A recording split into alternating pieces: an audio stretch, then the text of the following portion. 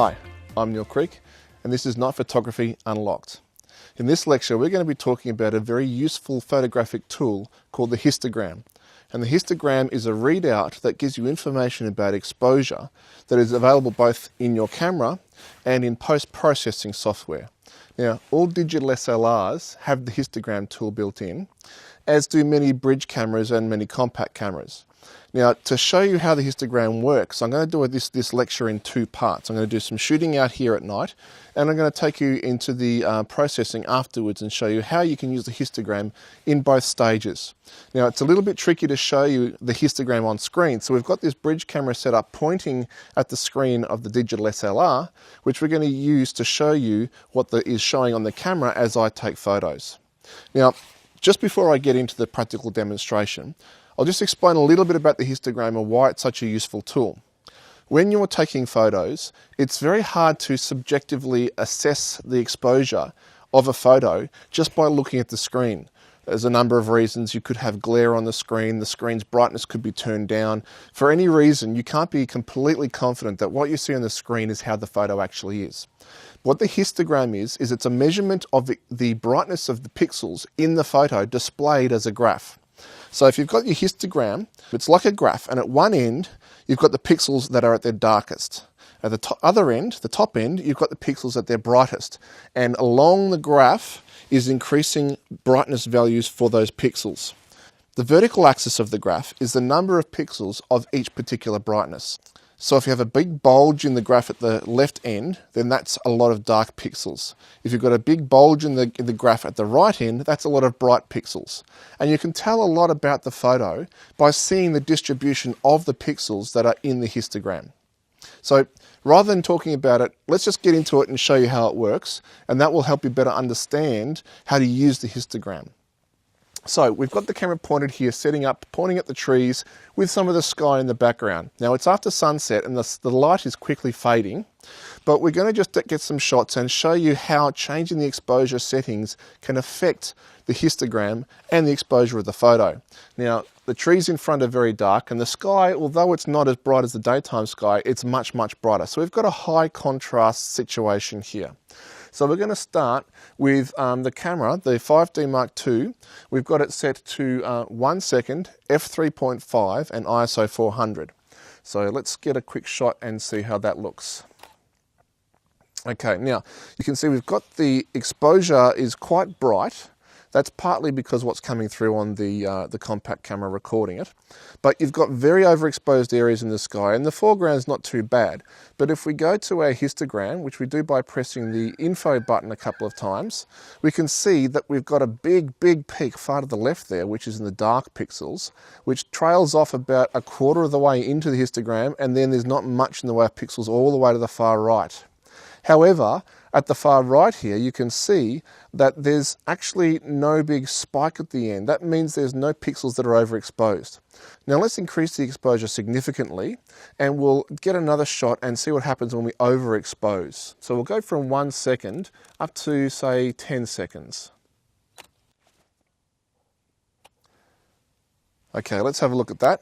Now, as we can see here, the photo in the preview is much more overexposed, and the pixels have been pushed over to the right, and you can see we've got a big bulge here in the sort of the 1/3 mark. They're all the darker pixels that were pushed up to the left, but they've been pushed further to the right now, and so they're more in the mid-tones. But we've lost all the detail in the sky, and they've just become just plain white. As you can see from the big spike at the right here, that means that there are a lot of pixels in the whites. And when you get a big spike like that, that means that you haven't got detail in the far end, the far reaches of the exposure, and they've clipped. So you can't bring any detail out of that photo when processing. Now, as I've shown you, we've got a high contrast scene. If we just go back to the previous photo, you can see it's high contrast. There's bright sky and dark foreground. That's evidenced by the fact that when we expose for the foreground, the sky is blown out. So let's take our settings back down to where we were. We'll go down to 1 second. And what I'm going to do now is I'm going to add in some light from a light stand here, which will bring up the exposure of the foreground and hopefully make it closer to the exposure of the sky, so it won't be quite as high contrast. Now you'll see how that affects the histogram.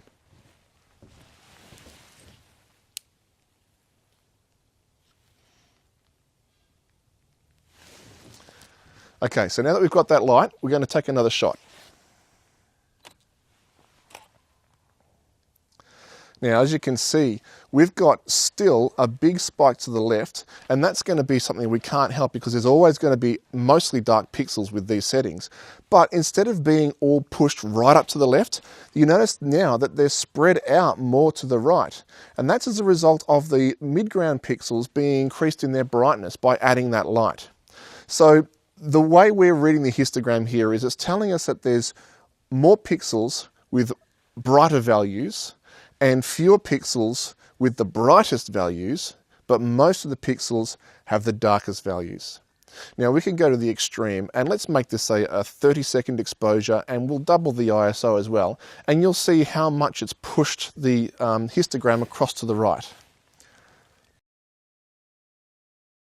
Okay, now as you can see there, this photo is grossly overexposed. You can't even see it in the recording from the compact camera, but we'll overlay the picture so you can see how it looks from the camera.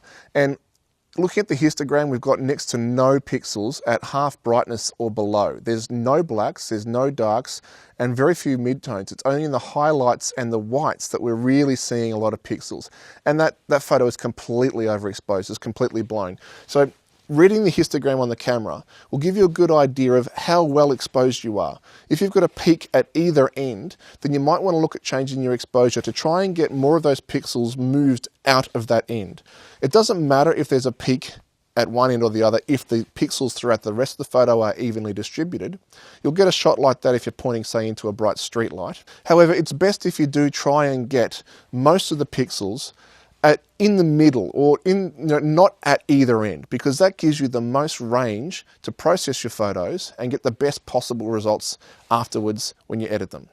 And that's what we're going to do now. We'll take these photos and we'll bring them into post-processing software, and I'll show you how the histogram works in the software to help you process the photos.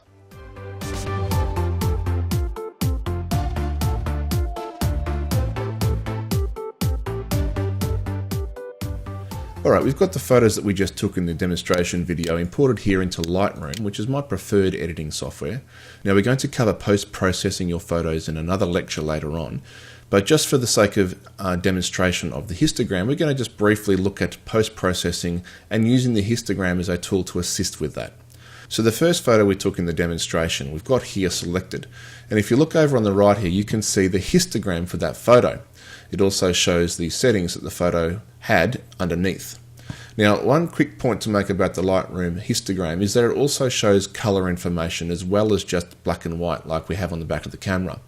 Now, this can be very useful, but it's not something you need to worry about right now. All you need to know is that the histogram is separated out into the different color channels and they're displayed overlaid upon each other. So you can see if there's any bright pixels of a particular color, and that can help you with your processing. For example, we've got a blue spike here on the far right and the whites and the highlights, and that's reflected in the image here in the sky, where the sky color is more blue than anything else. So we can see that the histogram generated by Lightroom is very similar to the histogram that was on the back of the camera.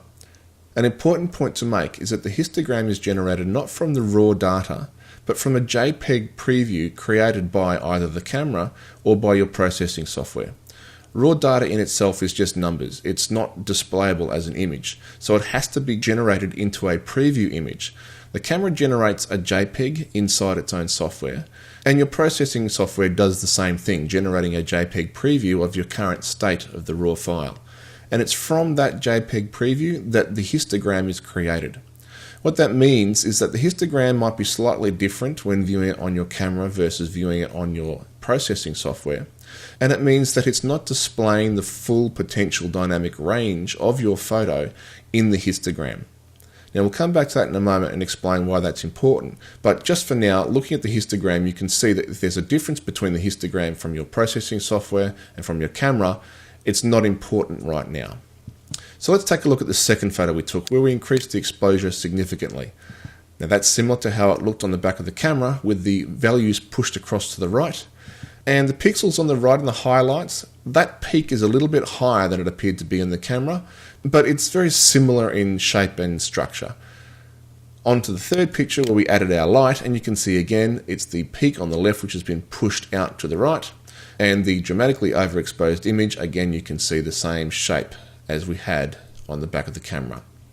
So how do we use the histogram as a tool for processing?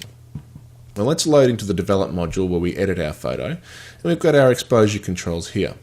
Now, as I hover over the exposure controls, you can see that the histogram has been highlighted in the center and the word exposure appears underneath. Now, the exposure slider changes essentially the exposure across the whole image, but it's referring there in the histogram to the midtone section.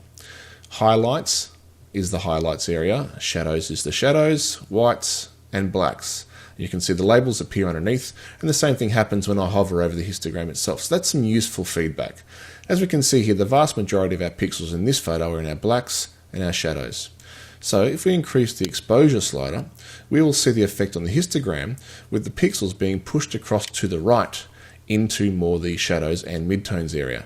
It also increases the number of pixels in the whites, and that's the sky. So what we've got now is we've got a better exposed photo in processing, which is what we did with our second photo by increasing the exposure. Now, another important point to note is that this is only possible with RAW. When taking a photograph in JPEG, the pixel values in the JPEG are limited to what you actually see. If you want to increase or decrease the exposure on a JPEG, then you'll push the exposure slider right or left, but the gaps from the pixels that have been emptied by moving them across have to be filled with imaginary pixels, pixels that are estimated color values. And that can lead to some artifacts and some issues with processing that you don't get with RAW. If you're doing the same thing with RAW, however, it has more data than can be displayed in the preview, and that data is kept available to be used if you change the exposure settings. So while we're sliding our exposure slider here, we're actually updating the preview image from that raw data. So if I push all the way across the right here, you can see that we've lost the detail in the sky there, and we've got more detail in the shadows. However, if you're shooting in JPEG, that would just be a black mush because the detail isn't there in the original photo. So this is an excellent reason for shooting RAW, especially at night, because you're going to have these high contrast situations. So what does this tell you about how to capture and process your photos while looking at the histogram? Well, if you compare this photo with the next photo, we can actually go back and increase the exposure on the first photo to somewhat match that of the second. But by doing so, we've pushed things along here and we've stretched the exposure in this area. Now, yes, there is more information in there in RAW than there is in JPEG, but the least you need to stretch the exposure, the better for the photo. So if you take a photo like this, but you prefer to have it dark, then decreasing the exposure will have a better effect than taking it that exposure and trying to increase the other way. So it's probably best when taking your photos to try and get a relatively even distribution of light throughout the histogram and then tweak it in processing afterwards. You'll usually get better results that way. Now, it's not necessary to shoot that way. It does help. But using the histogram, you can see if you've got a good distribution of pixels or if you've got a problem where things are pushed too far to the right, as is the case here with the big spike, or too far to the left when you've got a big spike there. Either way, looking at those histograms, you will see that you are over or underexposed, and you may have room in the upper end where you can increase the exposure to spread those pixels across for more information. So watching the histogram when capturing photos will give you a clue as to any issues you might be facing and possibly tell you that you should take your photo again with different settings. And when you're editing your photo, you can see if there's an issue by looking at the histogram, and you can then watch the histogram as you change your settings in order to address that issue. So the histogram is a very handy feedback tool for both shooting and processing your photos. Now, we'll be talking more about processing in later lectures after we come to the case studies. But next up, we're going to be talking about another crucial element to night photography, and that is getting accurate focus. So we'll talk about that in the next lecture.